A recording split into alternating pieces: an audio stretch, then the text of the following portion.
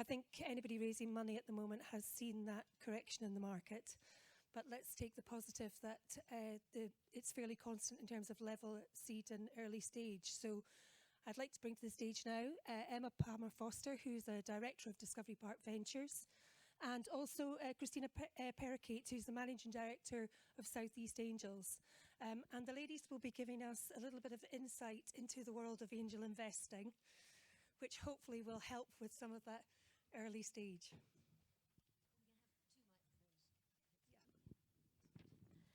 Welcome, everybody. Thank you for joining this session on angel investing. I'm Emma Palmer-Foster. I'm a director of Discovery Park Ventures. You can see a picture of me there with my hair looking sort of strangely fizzy, or as though I'm in the snow. I'm not quite sure what happened there. What we're going to be talking about in this session is angel investing, angels versus VCs, and avoiding the demons. So we're going to talk about angel investing, how to do it well, how to get it right, when not to do it, what are the differences with VCs, and how to avoid pitfalls. You'll be pleased to know that I'm joined by somebody who knows all about angel investing.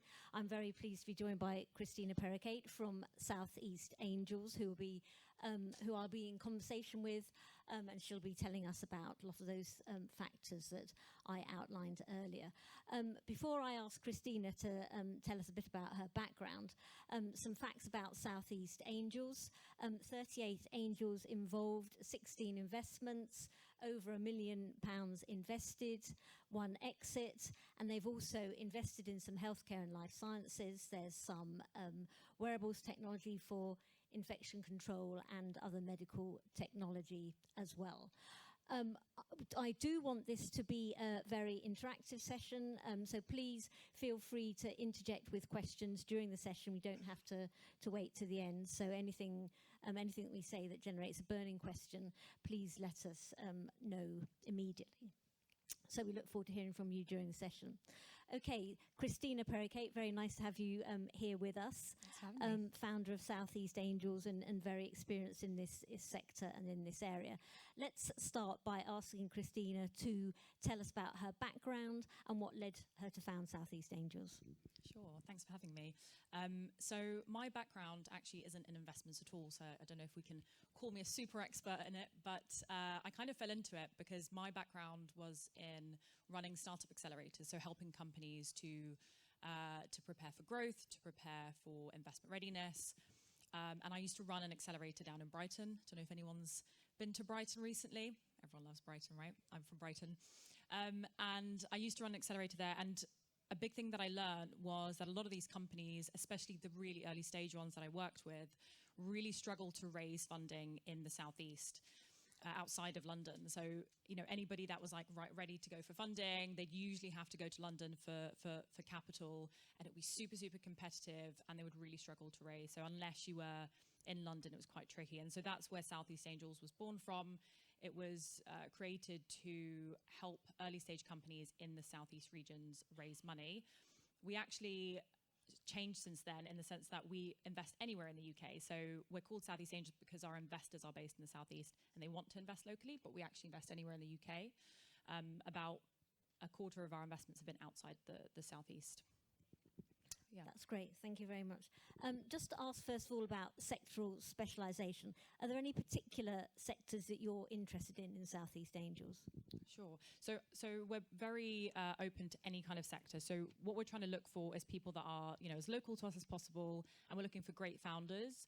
As Emma shared, we have kind of naturally moved into healthcare quite a bit. So if you look at our portfolio, we actually just invested in a healthcare business the other day. So we've got 17 now, and over a quarter of them are in healthcare, and that's just happened organically. We don't have loads of healthcare investors or healthcare specialists in our group. I think there's just a lot of interest and understanding of the space, versus just investing in hardcore AI and deep tech, whereas healthcare, I think a lot of people can get on board with and can see the value it brings. So no specific sector specialization, but just in terms of the trends that we've seen from the 17 we've invested in, there has been more kind of healthcare, social impact, anything that's sort of creating a positive impact on the world. And we are looking at specifically early stage companies. So pre-seed, seed stage, so companies who are raising their first or second round of funding usually. I was going to ask you whether you thought life sciences and healthcare was difficult for angels to get into, because some of the technicalities of the products can be quite hard if you want to grasp if you're not a specialist in this area. But what you've said, generally, it sounds like healthcare is something that angels can easily get into because they understand the outcomes rather than necessarily having to understand all the details of the technology. Yeah, I think that you probably have it both ways, right? And it all comes down to how the founder is capable of selling it, right? So can they connect with the investor on that high level, kind of where is the impact of this company, not just the technology? Because I think, you have some really great founders who are specialists in their field, but in terms of selling it to an investor, they might struggle a little bit. What's the commercial value? What's the social impact of it? So yeah, I think it's all about how the founder is able to pitch and sell the company. It can sometimes be tricky for early stage sort of angel investors, which is what we do, so individual investors to invest in healthcare if the valuations are crazy high. We saw some stats there before. That if, say, you're investing 10K tickets or 25K tickets, it might mean that you're such a small part of their round that it just maybe doesn't feel quite right for you. Say they're raising 5 million and you're putting in 10K, you kind of feel like, what's the point? I'll be such a small part of it.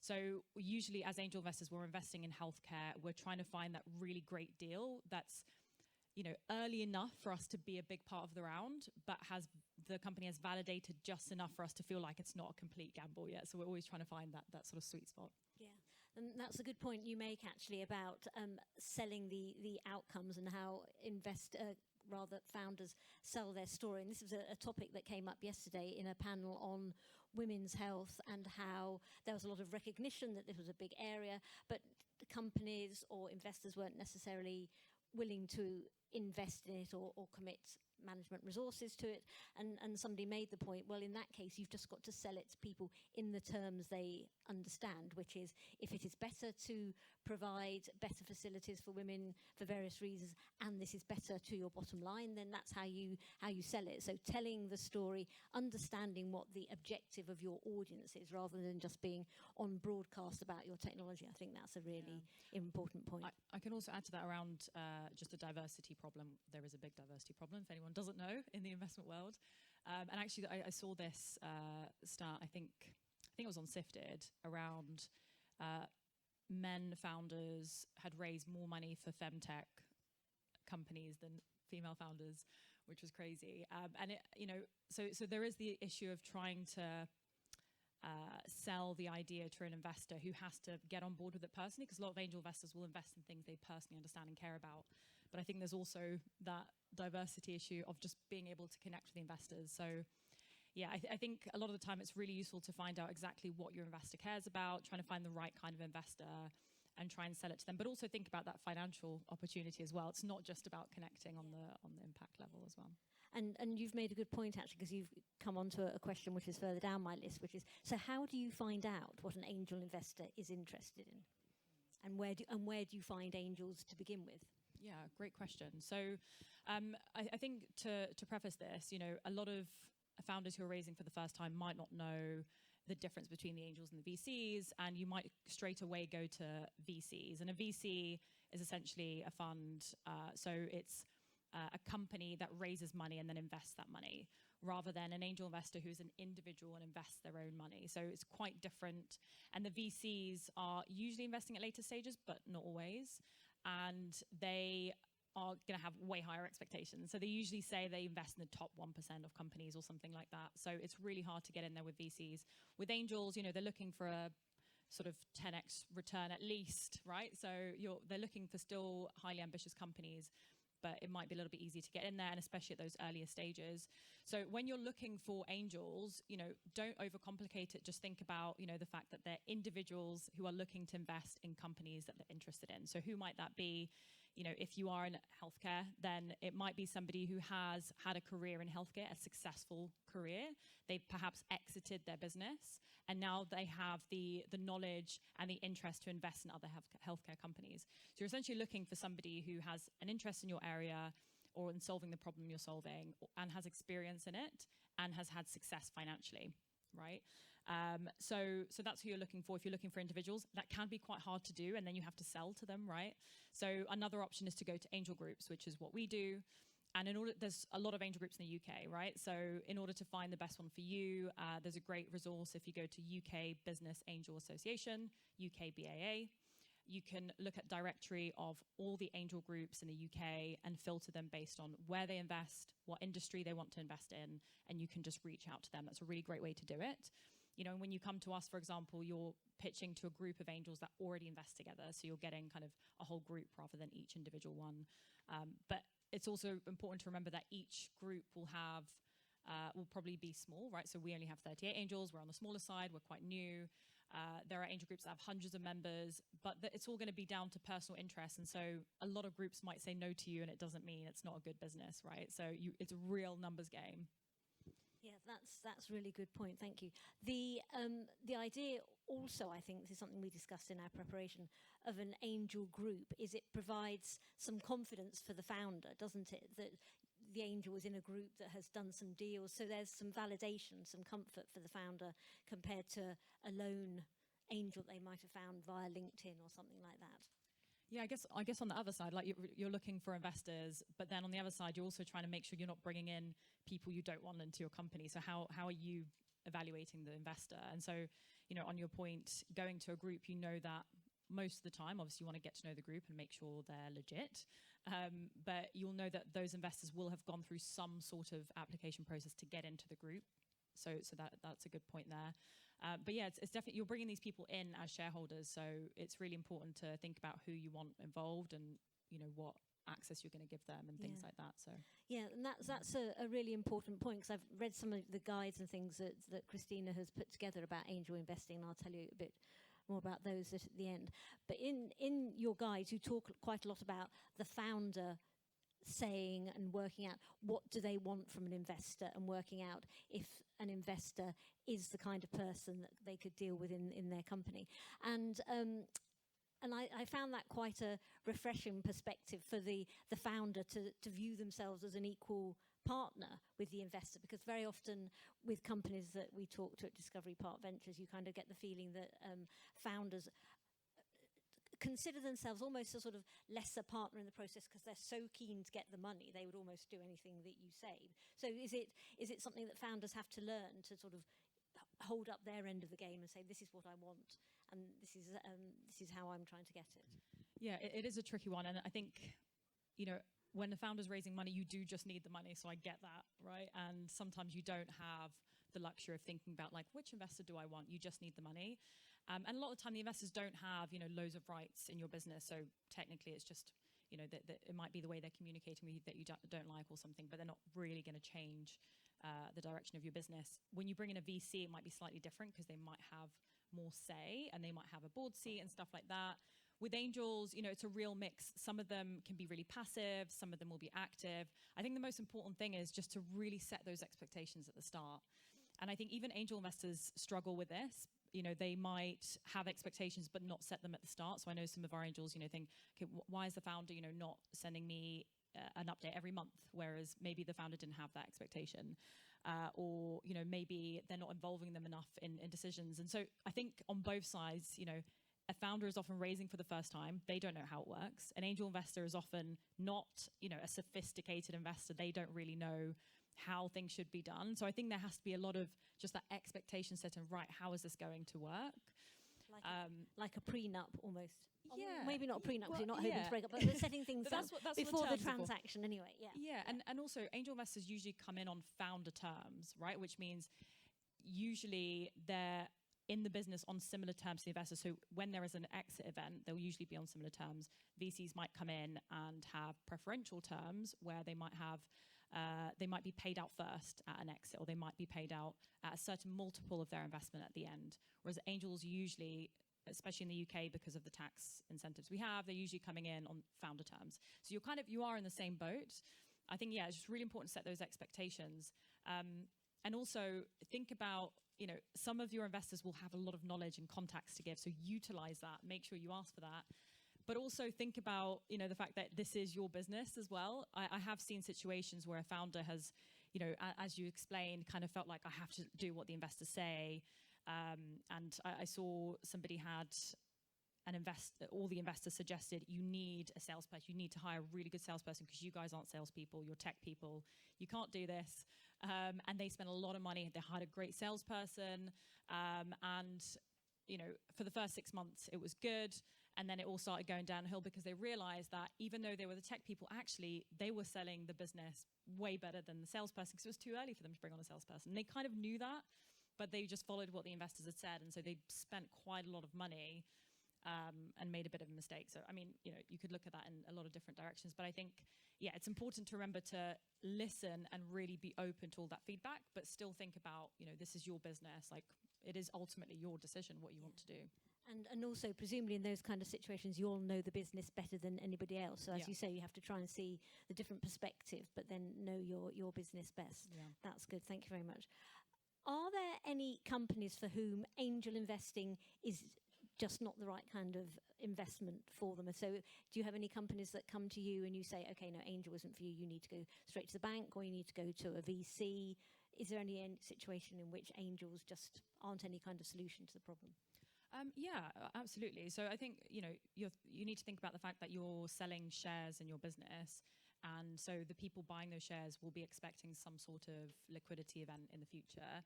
So you ultimately have to be growing your business to sell. That's the first thing, right? So if you're not looking to sell, then equity investment's probably not right for you. I mean, obviously some people get equity investments and pay out dividends, but if we're talking about startups, and your business trajectory will ultimately change a little bit because you suddenly have other shareholders. So it's not just you deciding what you want to do, like, I might slow down or I might do this. You've got now shareholders in the business, so you're set on that growth trajectory.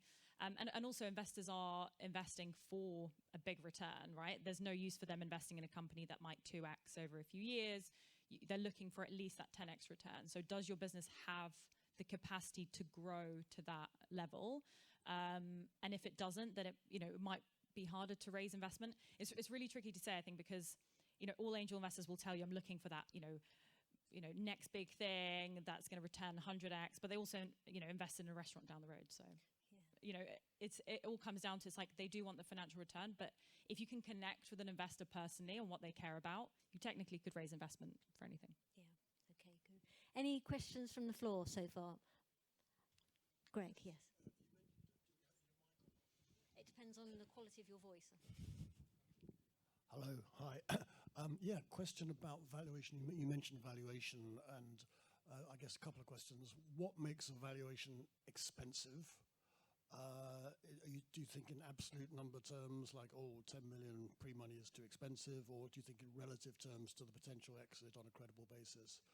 And the other question related to that is, what percentage do you aim to have of the equity from, I don't know, I didn't get whether you do a sort of a mini syndicate from out of your 38 angels, or whether it's always just one or two or a handful of angels. So that those are sort of two related questions. Yeah, sure.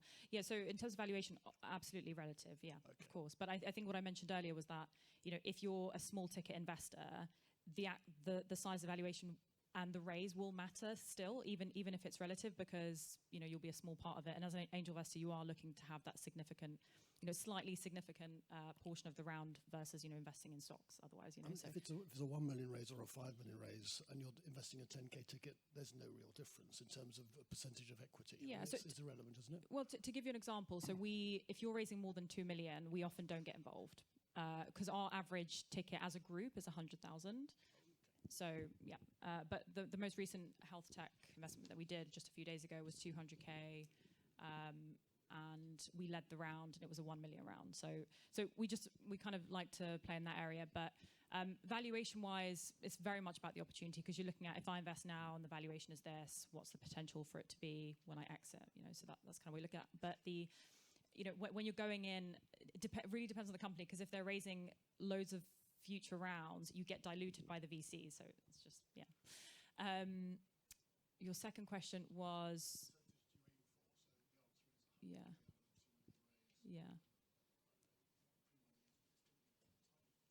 I mean, we're not specifically looking to aim for a particular part of it, and we don't syndicate our funds, but we still look at it because as a syndicate, because our group will have an impact on that company as a group, if that makes sense. But the money's not pooled. But yeah, I think, there is definitely a misconception that angel investors want to take as big of a share as possible. We do want the founders to retain a significant share because they're going to have to raise future rounds, and we want them to stay motivated in owning a part of the business. It's definitely not like Dragon's Den where they're trying to take, 40, 50% of your company. I think in your first round, you definitely don't want to give away more than 25% of your company. Yeah. That's good. Thank you very much for the questions. Martina, you had a question as well. Yeah, this is relevant to a few of the CEOs that are in the audience that I'm aware of. So I wanted to ask you for your views on co-founder status, and if you had that as a stipulation in your term sheet. As in that you have to have a co-founder? No, I think, I think, well, the statistics has shown different things. I don't know if Bohas can add anything to that, but we have invested in sole founders. Actually, one of our health tech companies was sole founder. It was probably the most risky investment that we've done. It was a, prototype stage health tech company, one founder, super early, 1 million valuation. It was very much a gamble, but the founder was so brilliant that the investors couldn't pass on it. So yeah, it's definitely not a stipulation for us. Thank you. Gentleman over there. Hi there. NDAs with angel investors, is it the same as VCs where you won't sign them until you've had one meeting first, and therefore you can't really go into many details during that? That's sort of the experience we've had, that it's very similar to VCs on that one. Yeah, it's quite similar with us. What we tend to do is, people can do their initial meeting. They don't have to give away any of their, kind of inner workings of the company or the tech. And then we're very happy to sign the NDA after. But if we do that with every company we meet with, it's just because we meet with a lot of companies day to day, so we can't do that. But yeah, if we're asking for more information, we're usually happy to sign at that point. Maya. Hi, really insightful. Just a question around the angel network. How do you manage the network? And obviously the feedback to the companies is going to be dependent on the various different angels. What methods do you use, and how do you make sure it's effective for both the angels and the companies? Do you mean after we've invested or before? Before. So great question. I mean, we to give you an example, we speak to, at the moment, quite a lot of companies each month, and we evaluate about 50 each month. What we do at first is we evaluate them just on basic things. Is it the right kind of deal? Is there enough potential growth in this company for it to make sense? Are any of our members interested in this area? And then we'll slowly whittle them down, and we'll put around from 50, maybe around 10 into a selection process where our members can get involved in voting on who they want to hear from. And then from those 10, 4 will present to our members each month. So, and that's actually, I think, quite a lot compared to other angel groups. We have a pitch event every single month, which I think is not as common. But we do that because we're not industry specific, so we show a variety of companies. And then from those 4, our members decide who they want to invest in. And what we try and do is we try and make sure we give the founders feedback after. If we've met with them, we make sure we give them some specific feedback as to why they didn't get through.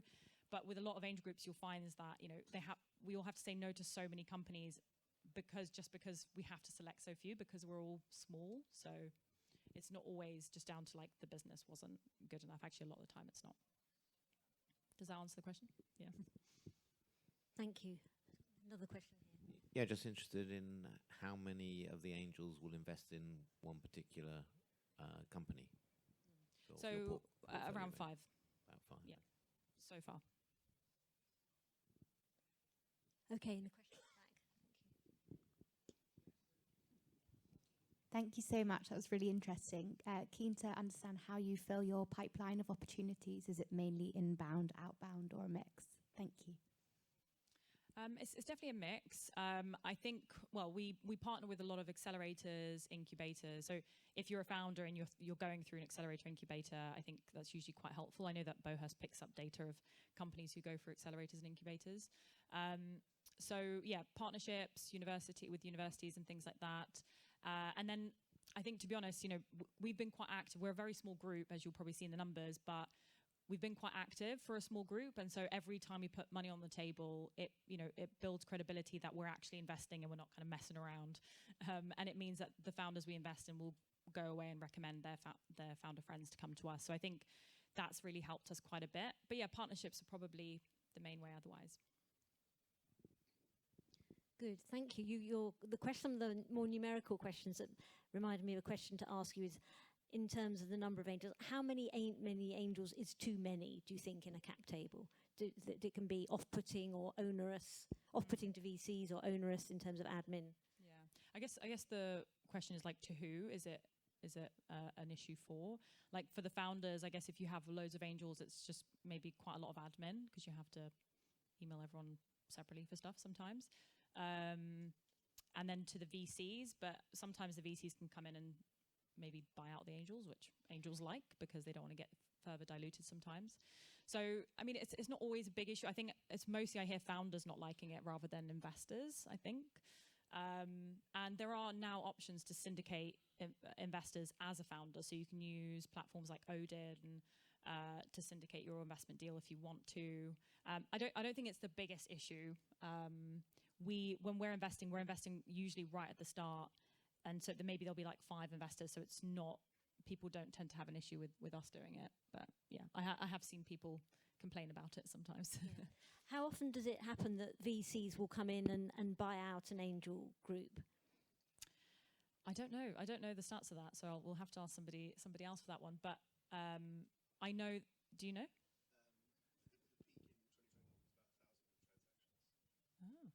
Of VCs buying out angel groups?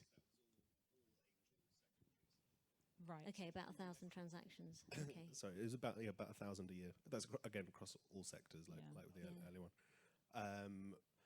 Well, there are about 22,000 alive equity-backed companies.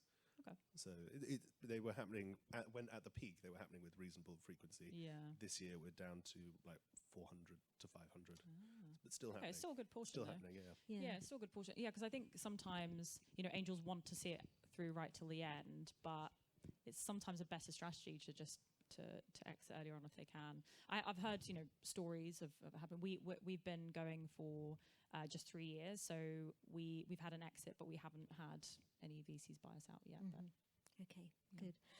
Yes. Of our portfolio. Yeah.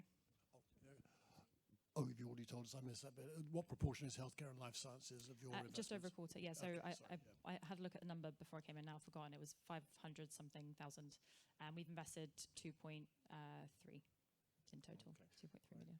And Sorry, that's wrong because I've updated it. And the other one, while I've got the mic, what criteria do you use to choose your companies? I know you get the members to vote in the final stage, but before that, how do you choose your companies? We're looking at all the standard things. So we're evaluating the companies based on, we look at the business model, how viable is it? If it's earlier stage, we're mostly, to be honest, looking at the founders and, their background, their credibility, their motivation to do the business in the first place, their drive, their resilience. So even though that, we have our own scoring systems and we do all this stuff, ultimately, when we meet with the founder, we spend the hour with the founder to really get to know them. That's where we kind of usually a lot of the time assess the business. And so it's really tricky because you can't really automate a lot of this stuff, right? And one of the companies we invested in, Athos, which was a medtech company, when I remember I reviewed the application myself, and it was the most basic pitch deck, black and white text, like hardly any pictures. It was just very basic. I was like, oh, okay, this is not going to be very good. Kind of just drew me in a little bit. I was like, sounds interesting enough. I'll meet with the founder. It looked like really technical as well. And I met with the founder, and he was just absolutely brilliant. And by the end of it, I was like, right, we have to get in front of our investors. So it's really tricky to assess companies without meeting the founder. I know there's quite a few companies out there and VCs trying to really automate that part of it. And they say it helps with diversity, but I don't know. And they're trying to just use kind of a calculator to be like, right, these are the companies to invest in. But I haven't found that to be successful. Thank you. Another question. Good, Max. Yeah, just in the 3-year of your history, what are the sort of, when you look back at the successful investments and the unsuccessful ones, or the ones that haven't quite gone as you thought, are there any telltale signs that you think, oh, okay, I probably should have seen that when they did the first pitch? Oh, it's a good question. So we haven't had any unsuccessful ones yet. I'm sure they'll come. We've had one exit, which happened 8 months after we invested, which I think was a bit of a lucky one. And the ones that are doing significantly well, I mean, I think some of the companies that are really early stage, they're still going to be in the early stages now. And the companies that were slightly later, they're obviously doing much better because they're in kind of growth stage. So it's hard to say, but I mean, I think it definitely comes down to the founders. The company that exited, I remember us having the pitch event and they presented really well, and all of the investors got together and just chatted about how much they liked the founders and they thought they were super credible. They were technical founders, but they could also sell, and if you can sell to an investor, it shows that you can also sell to other employees, to the acquirer, so that selling element I think is really important. And also we haven't seen this much yet, but I think we're trying to invest in founders who just have that drive to make their business a success no matter what. Because we've had one business that's literally gone through hell. Like, they've had so many things go wrong, but they've persevered. And I know the founder personally, and I know that he would never, ever give up. They'll change the business, they'll pivot it, but he won't give up because personally he's so driven. He feels he has no choice but to make the business succeed. And so you're really trying to find founders who are doing it for like real personal reasons, I think that really helps a lot. So yeah, I haven't seen them all kind of ride out till the end, but those are the things that have probably stuck out. That's a really good point about selling, actually, because I think a lot of the very technical businesses that Martino and I see at Discovery Park Ventures run and founded by scientists, and there's somehow this idea that selling is, something vulgar you do with beauty products or something like that. But in fact, selling is a way, as you say, of telling the story to investors, to employees, to anybody who you might want to be committed to the cause of your company. So getting people to know that they do have to be an evangelist for their company is really important. So it's a good point. So we all need to sell regardless of our background. Jane, a question from you. It's just exactly the point I was going to pick up on. Particularly in the area that we work in, we see a lot of companies founded by very strong scientific individuals.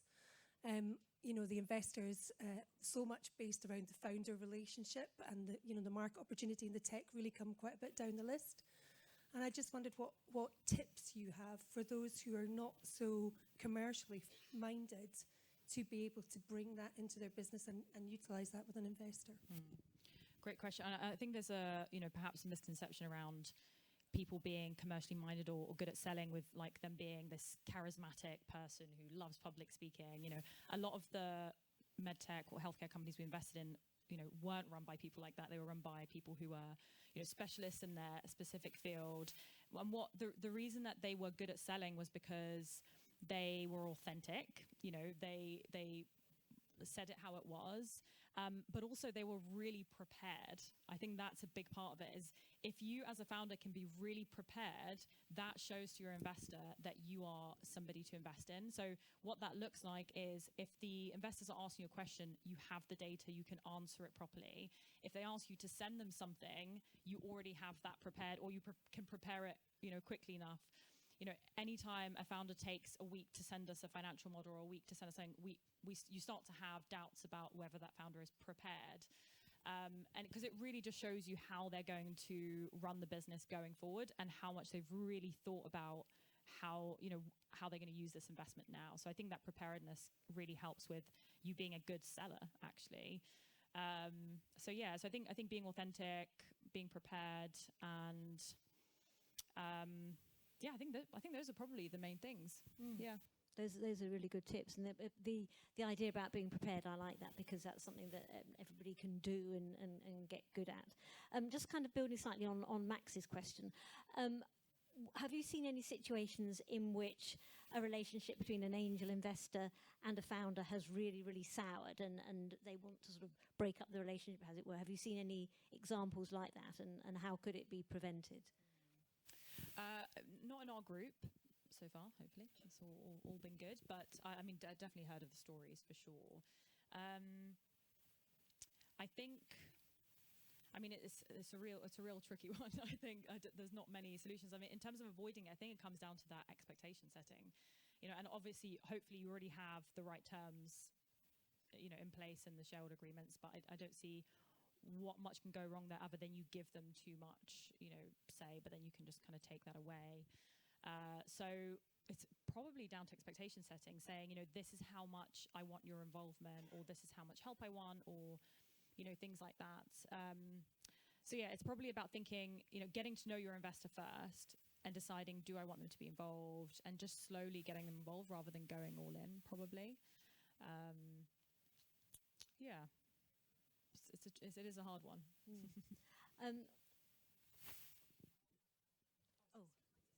We've worn out the microphones already.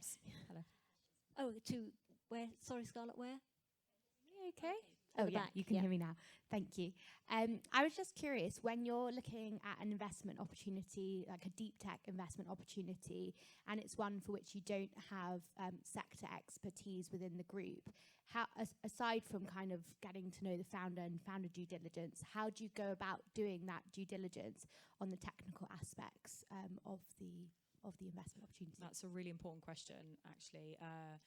And because we have invested quite a few times where we didn't have any experts. And first of all, it really helps if you are in a really niche area, on a really sort of specialist area, and you want to raise quite a big chunk of money and you don't know enough specialist investors, you want to get at least one specialist investor involved, because you can prove that, okay, well, this investor understands this industry or this product or this tech, and they've invested. And so that helps everybody feel a little bit more confident. But obviously you don't want to repeat off Theranos, so everyone's very much aware of that. So what we tend to do is, one, see if they have a lead investor who's interested. If not, we still really like the business and we feel confident in the founders, we will ask them if they can bring in an expert, and then we will go to our network and say, right, what experts do we know, and ask them to review the company for us. We collaborate with a lot of other angel groups. There's a really great angel group called Science Angel Syndicate, or Science Angels. Is that what they're called? Do you know? And we often go to them and say, have you seen this company? Because we want to invest in them, and we see what their thoughts are. So a lot of angel groups collaborate quite a bit, and they talk to each other. Well, we definitely do. So there's a lot of that kind of thing. And we'll actually invite an expert to come in and do a meeting with the founder for us as well.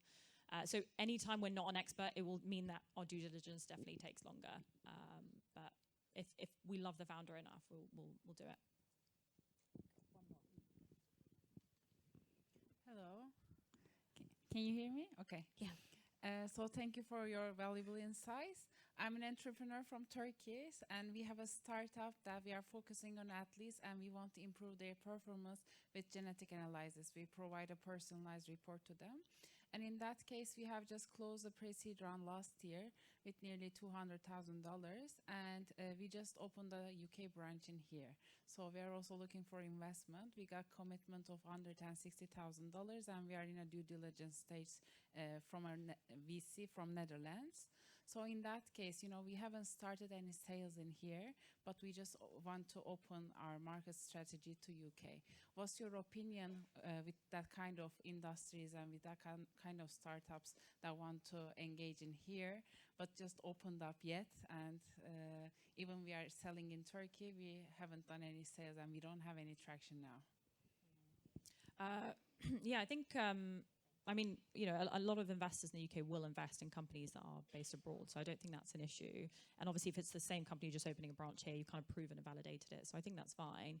A lot of angel groups in the UK angels might be investing specifically in EIS or SEIS eligible businesses. So I don't know if that is your company, EIS. Yeah. And that's a tax scheme that UK investors have, which gives them income tax back on their investments. A really great scheme, world leading. And so if you don't have a UK presence, then you're not eligible for that tax scheme. So that's just something to think about. But a lot of our investors, not through our group or individually, have invested abroad. So yeah, I don't think that's an issue. I'm not sure if I've answered the question, but the question was if it's going to be... like angel investors, because we can talk with VCs, but we have never had discussions with angels. No, I don't think so. How do you see? No, I don't think so. I think you shouldn't do. Okay. Yeah, question here. Scarlett's running around all over. Hiya. You've talked about the importance of getting to know the founder, and just wondered how long does it take from that first meeting to the business actually getting the cash, and any tips you've got on raising enough money to see them through to the next round? So we tend to move quite quickly because we're quite a small group. So we're a small team and a small group, so decisions are made quite quickly. Again, it does depend on how technical the business is. It means our due diligence might be longer, or how prepared the founder was. When people send in their information and apply, it takes up to 2 weeks for us to respond, depending on how many things we're looking at that time. And then, we'll have an initial meeting. From there, we have a monthly pitch event. So if it falls in that month, then you'd come along and pitch to our investors. And then from the pitch event, when you've actually pitched to our investors, that can take, we've closed an investment in a few days because they had a deadline. We closed an investment, 2-3 months later because we were waiting for the founder to get a lead or to do something. So that's kind of how much it will range. And then your second question was...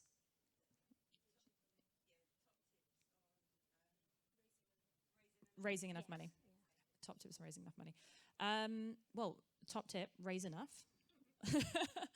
That is actually quite a big challenge. I think a lot of founders sometimes don't raise enough money because they're trying to, let me just get enough because I know it'll be easier to raise that amount. So one thing you can do is you can do kind of a rolling round, and you can do this through like Seed Legals. I'm sure you can do it with a lawyer as well, but it's quite easy to do on Seed Legals, which is a platform to do your legals for your round. You can kind of say, okay, we're going to raise, we need at least this much, and then we're open for top-ups up to this amount. You still want to think about how much of your shares you're giving away. And then it means that you can, close around, get on with things, but then maybe introduce some top-up investments as well. So that's probably a good way to do it. But yeah, think about how much you need for the next, 12 months or more, and then give yourself a bit of a buffer as well. But it's if you need to raise, say you need 500,000, and that means that your valuation needs to be 4 million, and you just don't feel that you're worth 4 million yet, then you're in trouble, right? What do you do? So you do have to raise less, and then just raise again straight after, and just make sure your raises are getting you to some sort of milestone, because if they're not, you are going to struggle to raise the next time. So be clear with your investors. We're raising this to be able to do this. Get to that point, raise the next round. Yeah, that's good. Do you think there's a fundamental disconnect almost between angel investing going on to VC investing, given the sort of different expectations around exit size and exit timing? Like as in for the founders? Yeah. Not understanding. I think sometimes. I think it's just if you're raising for the first time, like who tells you how funding works, right? Like everyone kind of goes into it blindly, and you tend to not think about what's going to happen at the next round to the next round. You just need the initial money, and you just focus on that, right? So I think there's that bit of an education piece, and that's why accelerators I think are quite important, because they educate you on that. But it is important to think about how much money am I going to need now, and once I get to that milestone, how much money will I need again, and so how am I going to raise consecutively, and just really think about how much you're going to give away at each point. So try and think ahead of time, I think. And then in terms of being disconnected, I mean, do you mean like from our perspective, or? No, I'm just thinking, I guess I'm thinking from a VC perspective. They look and see that a business has angel investors. Will they think these investors have got different time frames to us, different expectations to us, that kind of thing? No, I mean, once the VCs come in, it's all about the VCs, I think. So, and they just kind of know that, and that's something we're always trying to think about, like, right, how do we avoid this? But there isn't a way to do it. And, VCs can give you millions of pounds, and you need that to scale, and there's not really any way about it. So, and yeah, it doesn't matter at that point. Everyone's just looking for an exit, really. So it's kind of quite aligned on that perspective, I guess. Okay, that's good. Okay, we've got time for one more question before we close.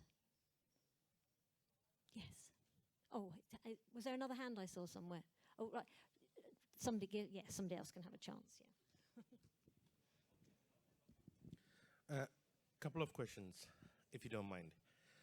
First question, beyond the investment in the startup, what else as investors do you bring to the startup? Any insight, market opportunities, or advisory, etc.? I'd say all of the above. I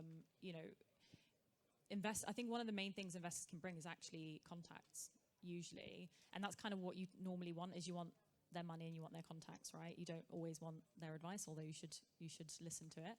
I think so. Yeah, contacts, especially if they've been in the industry that you're in, they can open doors for you, and definitely on the advice side, I think it's important to think about like where are your gaps and what do you need, and then what can this investor bring. So some of our investors have sat on the board, some of our investors as an observer, some of them have mentored the company for a few sessions on that particular area that they understood, or maybe they'll help them get connected with somebody who is an expert. So I think all of those things investors can help with, but also they really hold you to account because you have to keep your investors updated, and this is really important.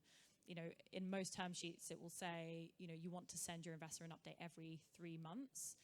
And it's really important to do this and to keep your investors sweet, because they're going to be your first port of call for your next funding round. And a lot of angels reserve money for the companies they invest in. The ones that have really thought about their portfolio, they'll say, okay, I'm going to invest 10 or 20 now, but the next round I'm going to invest 40 because I want to maintain my shareholding. So they're going to be your first port of call for investment. So just really think about building that relationship. Thank you. My second and final question. You talked earlier about the importance of having a great idea, product market fit, and selling skills. Beyond that, how do you evaluate the potential of a startup to really achieve market traction and scalability? Thanks. So mostly we'll look at the value of the company, the potential value of the company. So that would be through looking at the market potential. And a lot of the time we're relying on the founder to know this, show it to us, and then us assessing not whether we think it's right, but, did they do it in a way that makes sense? So for example, financial models are a really great way for us to assess it. You might not have a cash flow right now because you might not be generating revenue, but we're going to want to see a financial model. So how is it going to look once you do start making money? And none of these ever come true. Like, I don't think anyone's forecast has ever been correct. So we're not looking to assess whether we think it's right, but we're looking to assess, like, how is the founder thinking that it's going to work, and what assumptions are they using, and do we think that it's sane? Like, do we think that, or sometimes it has to be a little bit insane, right? That's what founders do, kind of dream a bit bigger. So we're kind of assessing, do we agree with how they've modeled the business? And also IP is a big one, right? So we're looking at, a lot of the time we've invested, it's like, actually, this business isn't even going to get to market. We don't even care about that because they've got great IP and they're going to be bought out before they even go to market. So sometimes we look at the value of the IP as well, most of the time. Thank you very much. Thanks for all the great questions. Before I thank Kristina, I should say that if you look on her LinkedIn profile and go from there, there's some really great guides that she's written called Raised from Angels, which have got really, really good advice, really pithily set out. So if you're interested in what she's been saying, then do go and look at those. That's an unsolicited plug. I thought they were excellent. But anyway, thank you very much, Kristina from Southeast Angels, for your input, and I think we've all found it very useful. Thank you. Thank you.